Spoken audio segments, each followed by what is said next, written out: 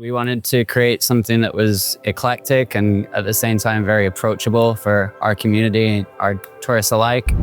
Robert Farrell, General Manager and owner at Coco.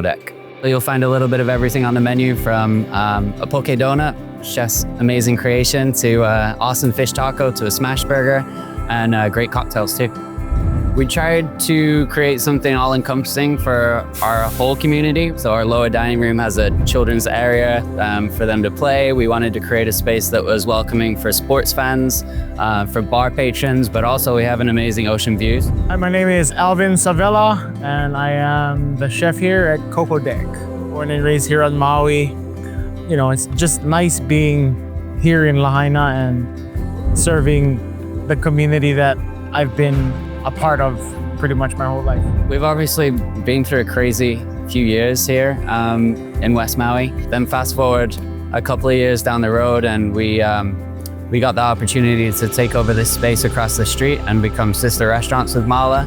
Did that for like the 10 months, and then the Lahaina fires happened. It was like super hard, super devastating. Like it was like COVID all over again. After just searching for family, locating everyone, and then once that was set, like I went to basic instinct of just trying to feed people.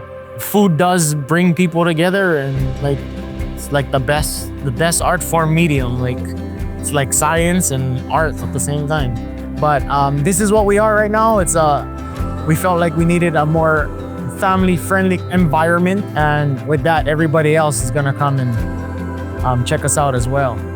We have an amazing team, but it was really tough. We had an old ice machine that wasn't operating efficiently. It wasn't producing enough ice. I would run to Island Grocery or Safeway myself. I would ask an employee to run there on their way to work. We would run across the mall and be carrying buckets of ice across the street. It was a real game changer to get this grant, because we were able to produce enough ice to service the restaurant, because it made our staff's lives a lot easier.